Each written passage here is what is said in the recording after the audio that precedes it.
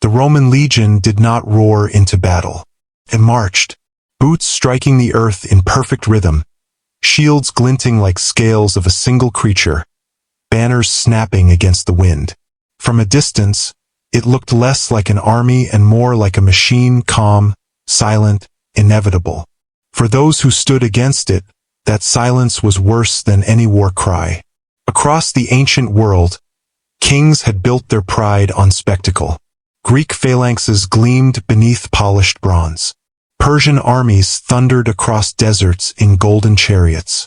Gauls painted their faces blue and screamed the names of their gods. But Rome didn't scream. It listened, and then it advanced. Each legionary was trained not to fight as a hero but as a cog in something larger. No single man mattered. The formation was the weapon.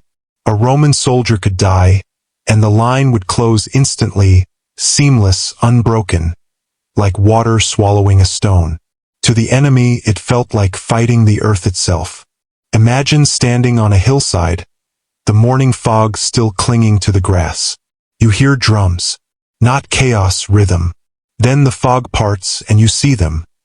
Rows upon rows of men in iron helmets, red cloaks draped like flowing blood. Their shields, tall, rectangular, polished to mirror light, rise in unison. Their short swords, gladii, hang at their sides, not yet drawn. They move forward without shouting, without fear. Every step lands as one. And that's when you realize you're not fighting men. You're fighting order. The legions never charged blindly. They measured distance, terrain, wind. They planted their standards where the ground was firmest. Their engineers marched with them, building roads and fortifications before battle even began. While other armies prayed for luck, Rome built it brick by brick. To face a legion was to face mathematics, cold, precise, merciless. At the front stood the centurions, veterans with scarred faces and calm eyes. They carried vine staffs, symbols of command, and used them as both baton and weapon. They spoke little. Their men did not need speeches. They had drills, and behind them, the eagle standard, Aquila, gleamed in the rising sun. To lose it was shame. To defend it was life itself. Every legionary would die before letting the eagle fall. That is why even empires with twice Rome's numbers found themselves breaking apart like waves against stone. To fight the legions was to drown slowly. It didn't matter how brave you were. It didn't matter if your god promised victory. Rome's god was discipline, and discipline never tired. From Britain's cliffs to the deserts of Syria, the story was always the same. Barbarian kings charged with fury. Roman ranks absorbed the blow. Then came the counterstroke. Short swords stabbing upward, shields slamming forward, formation tightening like a fist. An army of thousands could vanish beneath that rhythm before sunset. That's why no one ever forgot their first sight of the Roman advance. Because it wasn't just war. It was civilization turning into a weapon. And for those who fought it, it truly sucked to battle the Roman legions. The power of Rome wasn't in the sword. It was in the shape. Other armies fought in chaos. Waves of courage crashing into fear. Rome fought in geometry. Each legion was a living design. Squares, lines, and angles moving like clockwork. When the command was given, shields locked together, overlapping edge to edge, forming an iron wall called the testudo, the tortoise. Spears angled forward, shields above and beside, no gaps, no weakness, no mercy. To the enemy it was terrifying. An army that didn't flinch when arrows fell, didn't scream when fire rained from the sky. The air would fill with whistling death, and still the tortoise marched forward. Step, shield, step, strike. The sound was deafening, not from shouts, but from the drumbeat of discipline. 1,000 shields slamming together in rhythm, boots crunching the dirt in perfect timing, until even the bravest opponent felt something ancient rise in his throat, the taste of fear. Because the Romans had mastered the one thing every other army forgot: control. They trained for hours every day, every week, through heat, rain, and hunger. Each man drilled until his instincts disappeared and only command remained. He didn't fight for himself. He fought as Rome. When the centurion's horn sounded, the line moved. Not fast, not slow, just inevitable. And that was the secret. Rome didn't need rage. It had rhythm. The phalanx of Greece was mighty, but rigid. The Celtic charge was fierce, but wild. The Persian host was vast, but fragile.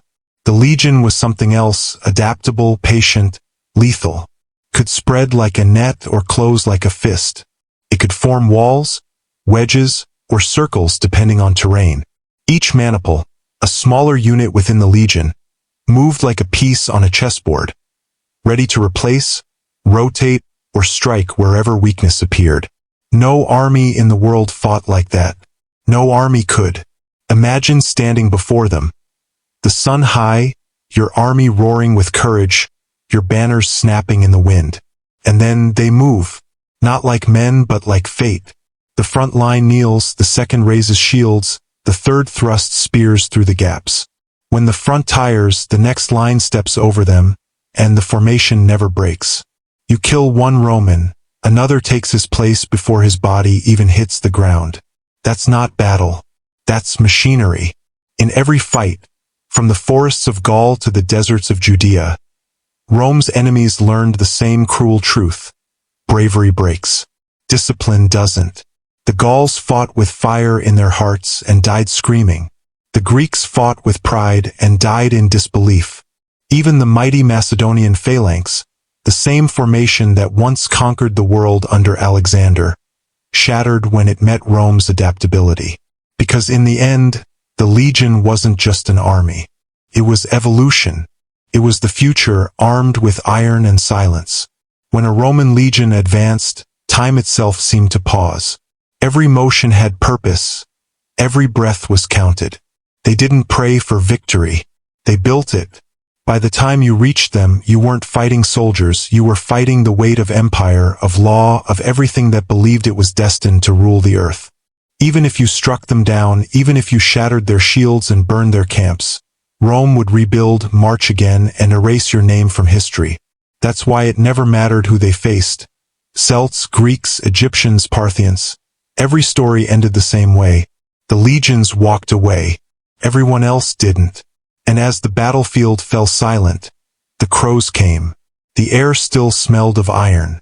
And somewhere among the bodies, a single eagle banner fluttered in the wind. Untouched, unbroken, and eternal. Because Rome's greatest weapon was never the sword. It was the formation that never broke.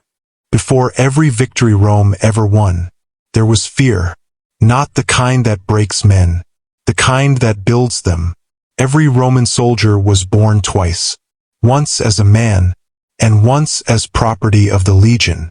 From the moment he enlisted, he ceased to belong to himself. He belonged to Rome. His body, his breath, his life, all offered to an empire that demanded perfection and punished weakness like treason. The training ground was not a field, it was a forge. Wooden swords heavier than real ones, armor worn day and night, forced marches that broke bones before they built endurance. If you stumbled, you were whipped. If you fled, you were executed. If your unit faltered, you all paid the price. Because Rome had no patience for individuals. Only the formation mattered. They called it disciplina, a word that meant more than discipline. It meant faith through fear. At dawn, the horn would sound. 1,000 men stood in silence, dust curling around their sandals. Their centurion's eyes moved over them like a blade. He didn't shout, he didn't need to. One gesture, one look, and the legion moved. Drill after drill.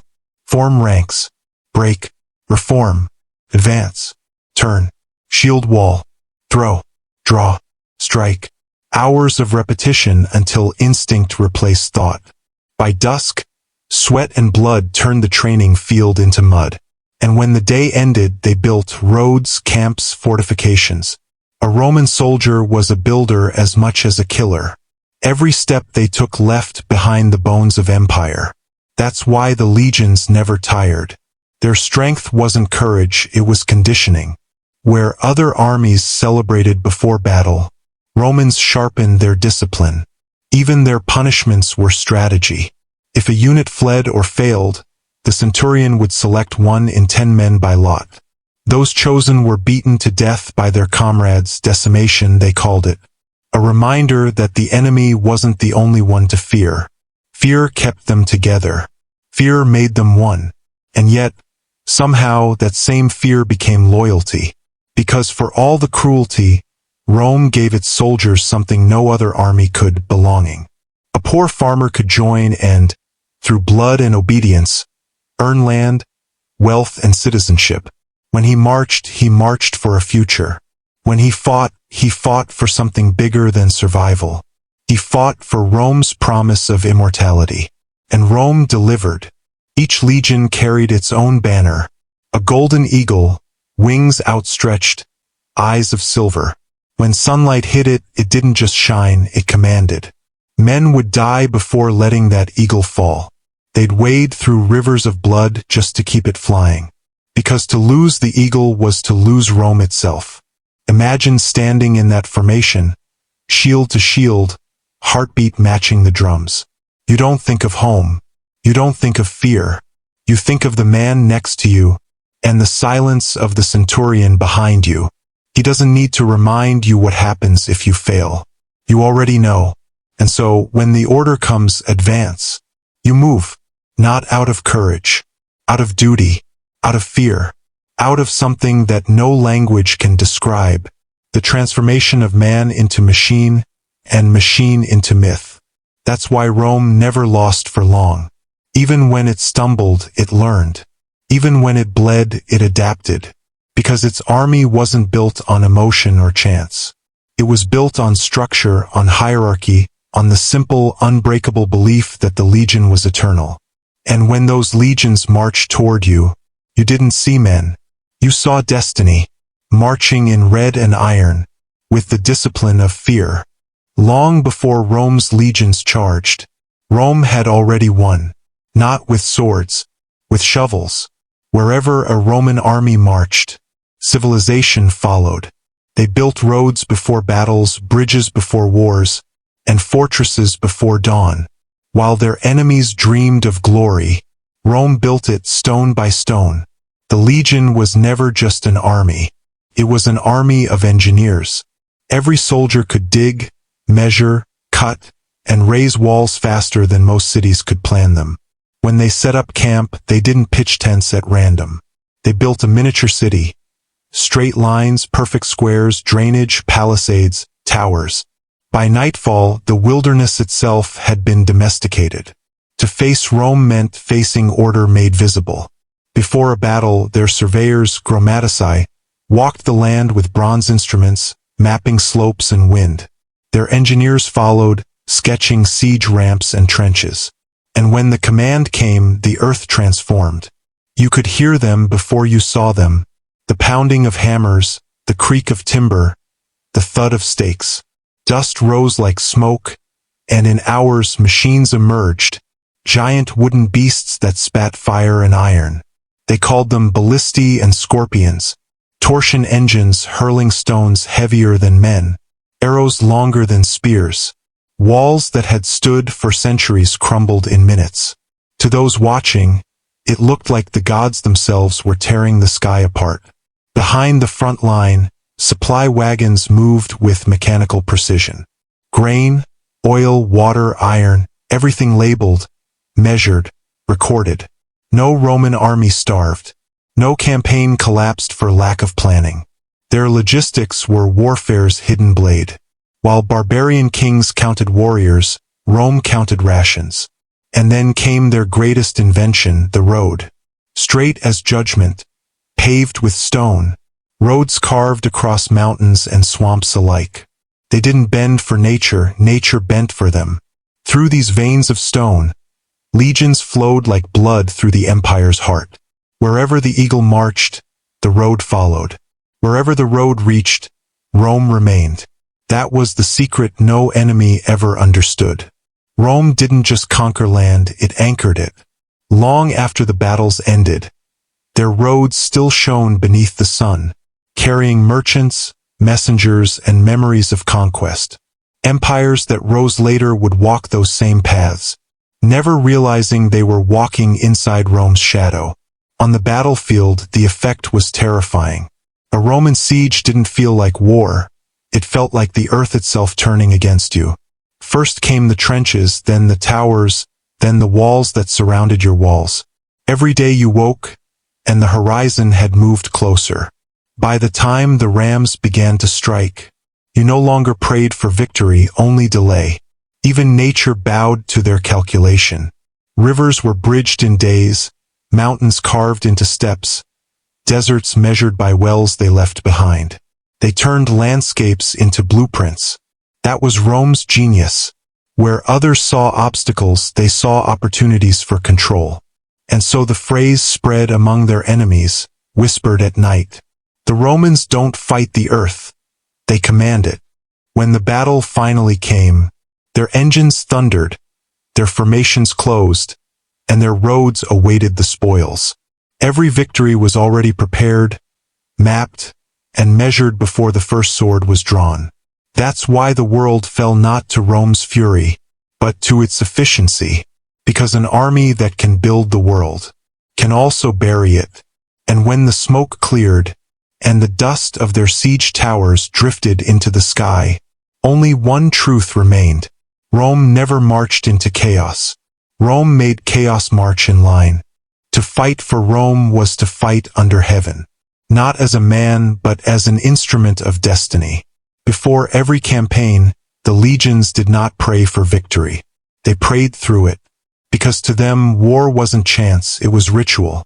Every battle began with the gods already watching. At dawn, the standards were raised, eagles of gold glinting in the sunrise. Trumpets blared once, echoing across the camp. The priests, augurs, stepped forward, cloaked in red and white. They lifted their eyes to the sky, reading the flight of birds. If they flew right, it meant the gods march with us. If they flew left, the army waited, because even the mightiest general would not defy a sign from Jupiter. For the Romans, the universe itself was a chain of command. Jupiter ruled the skies, Mars ruled the battlefield, Vesta guarded the flame, and Rome, favored of all, ruled the earth below. Every spear thrown, every wall built, every enemy crushed, was an offering, an act of worship carved in iron. In the center of every legion's camp burned a small fire. It was never allowed to die. That flame represented Rome's soul. If it went out, the gods had turned away. So the soldiers guarded it like their own heartbeat. Before battle, they touched their swords to their lips, whispered oaths to Mars, and struck the ground 3 times. The air filled with incense and silence. Even the wind seemed to hold its breath. Then came the sound that froze every enemy heart. The deep, rolling chant of thousands of men invoking destiny. Roma Victor. The Romans did not believe they could lose. Not because they were arrogant, but because they were convinced they were chosen. To die for Rome was not defeat, it was transformation. Your name became one more stone in the road to immortality. Their enemies had heroes. Rome had ancestors, and ancestors demanded legacy, not mercy. When the battle began, Mars was everywhere. In the gleam of swords, the thunder of shields, the dust that rose like smoke from an altar. Every fallen enemy was a sacrifice. Every victory, a sermon in steel. Even their armor carried belief. Engraved upon helmets were prayers. To Jupiter, grant me the strength to return in glory. Upon their shields, images of wolves and lightning, symbols of Rome's divine origin. For they believed the she-wolf that nursed Romulus still watched from the stars. That conviction made them terrifying. Other armies fought until courage broke. Romans fought until prophecy was complete. When storms raged or omens turned dark, they didn't retreat, they adapted the ritual. New sacrifices, new vows, new gods if necessary. Because the will of Rome could not end, only its methods could change. That's why even defeat became fuel. A lost battle was simply proof that the gods demanded another, greater victory. No empire ever blended religion and warfare so perfectly. Faith gave them purpose. Discipline gave them form. Together they became unstoppable. When the smoke of victory rose, they thanked the gods with triumphal processions. Priests led sacred bulls through marble streets, their horns gilded, their hides sprinkled with wine. Behind them walked the general, his face painted red like Jupiter himself. Crowds threw petals, trumpets cried, and carved above every arch were the same words. To the gods who favored Rome. To the conquered it looked like arrogance. To the Romans it was gratitude, because Rome didn't conquer for greed, conquered for order, and order to them was holy. When night fell and the fires burned low, a soldier would look up at the sky and see the constellations glittering like shields. He would whisper to Mars, "We have done your work." And somewhere in the darkness, thunder answered. Because the legions of Rome never marched alone. They marched with the gods of war. Every empire bleeds, but Rome learned how to bleed beautifully. Its victories shone so bright that few saw what they cost. Behind every triumphal parade, every golden statue, there were bones beneath the marble, and blood in the foundation stones. The legions won the world, but the world began to seep into them. Gold from Egypt, slaves from Gaul, spices from the East. Each victory made Rome richer, softer, slower. Discipline gave way to decadence.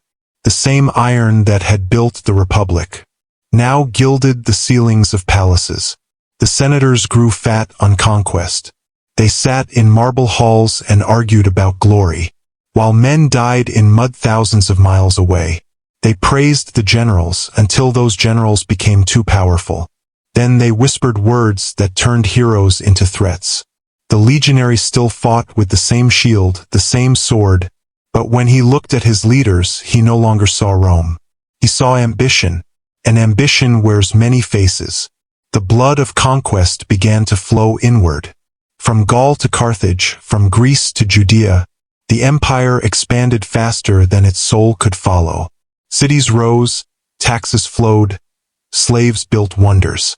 But inside, the old faith, disciplina pietas virtus, started to decay. Even victory became routine. Battles were won not for survival but for spectacle. Generals built their reputations like temples, each trying to outshine the last. And in the shadows of their triumphs, a new kind of enemy was born. Romans against Romans.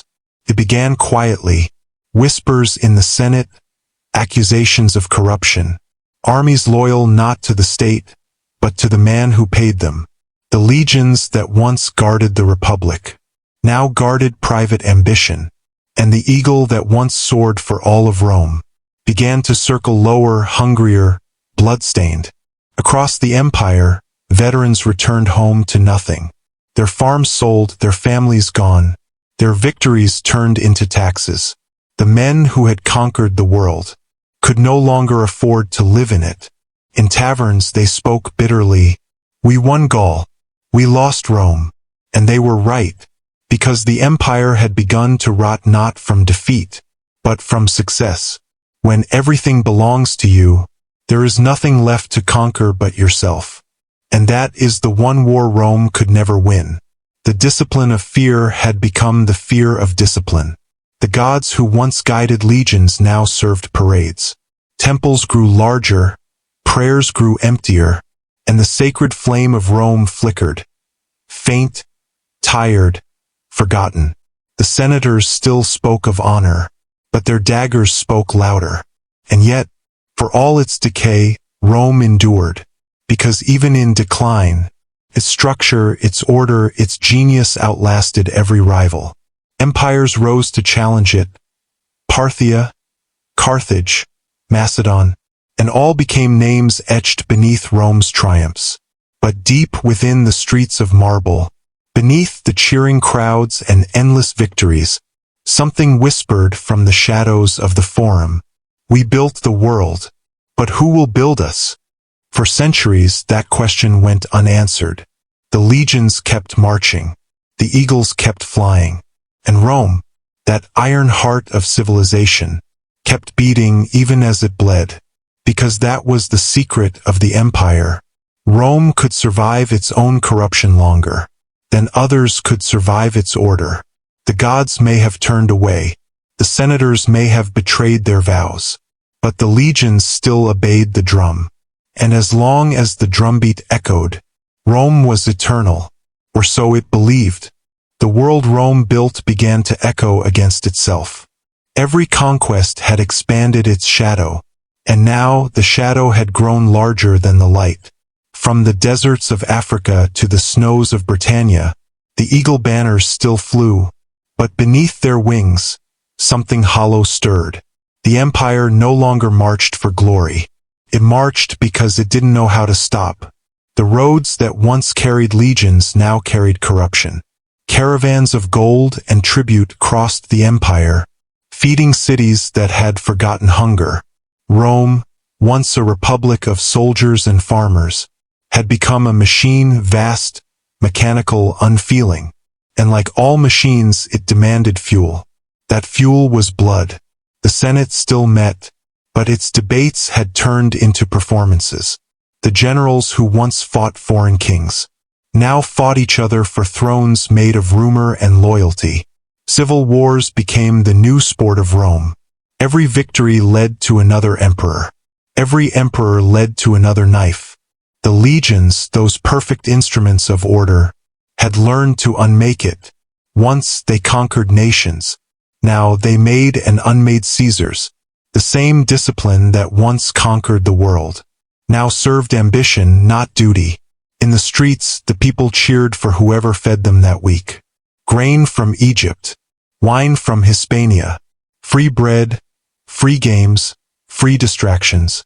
A nation that had ruled through virtue was now ruled through appetite. But far from the marble, beyond the empire's edges, new enemies were watching and learning.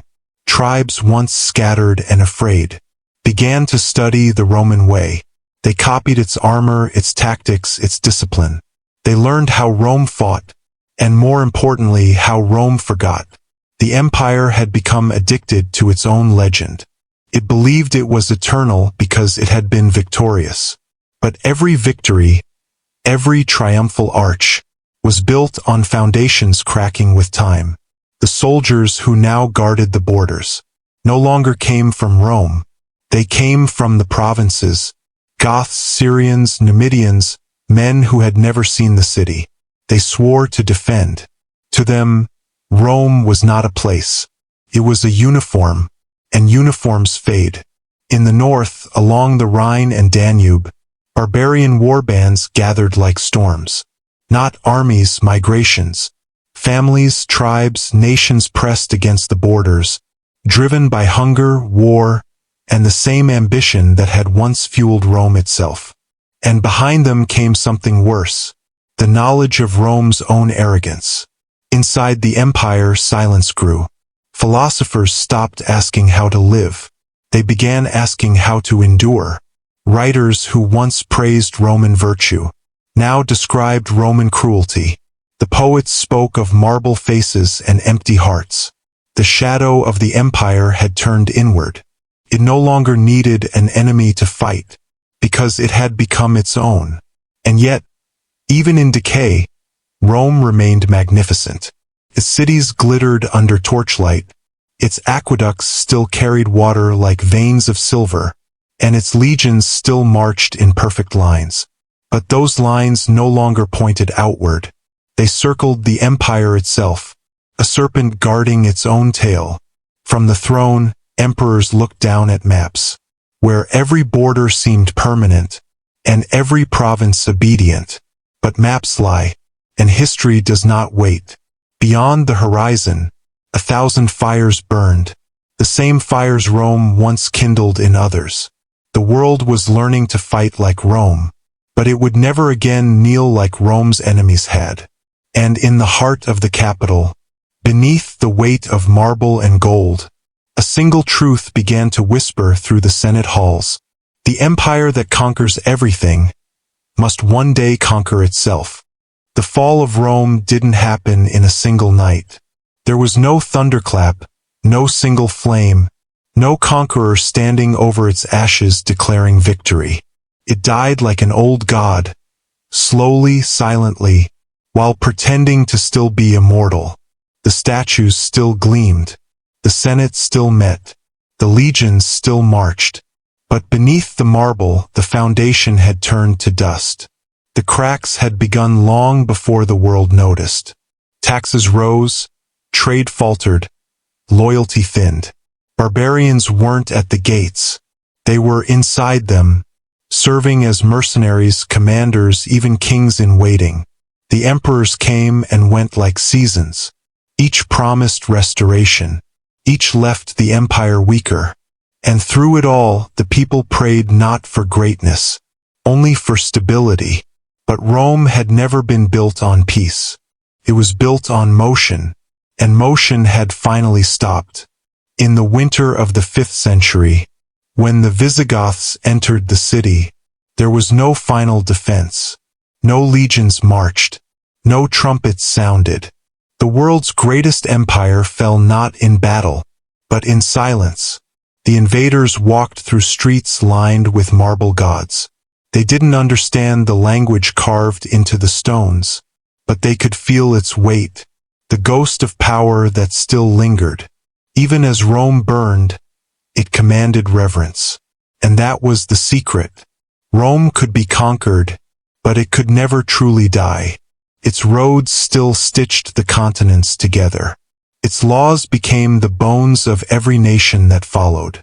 Its architecture defined beauty. Its discipline defined civilization. Even its ruins taught. The empire that once ruled through fear, now ruled through memory. In Constantinople, far to the east, another Rome rose, newer, wealthier, unbroken. They called it the Byzantine Empire, but in their hearts it was still Rome. Its emperors still crowned themselves Caesar. Its armies still marched beneath the eagle.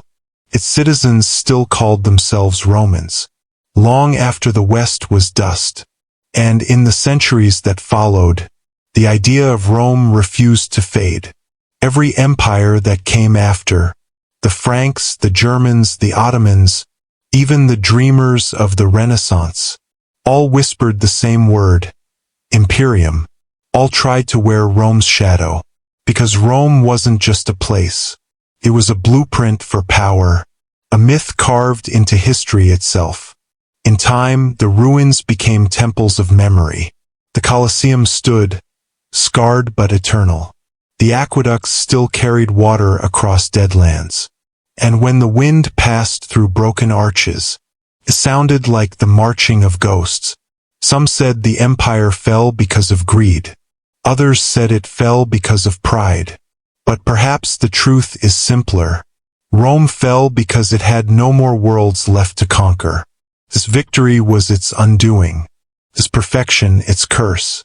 And yet, even in death, Rome achieved what no other power ever did. It outlived its own fall. From the language of its soldiers came new tongues. French, Spanish, Italian, Portuguese. From its ruins rose cathedrals. From its laws came nations. From its ashes came the very idea of the West. The empire was gone, but the world it built had just begun. And somewhere beyond the centuries, beneath the dust of time and empire, the same old whisper endures, a whisper carried on every road, every city, every dream of order and greatness. Roma aeterna. Rome is eternal.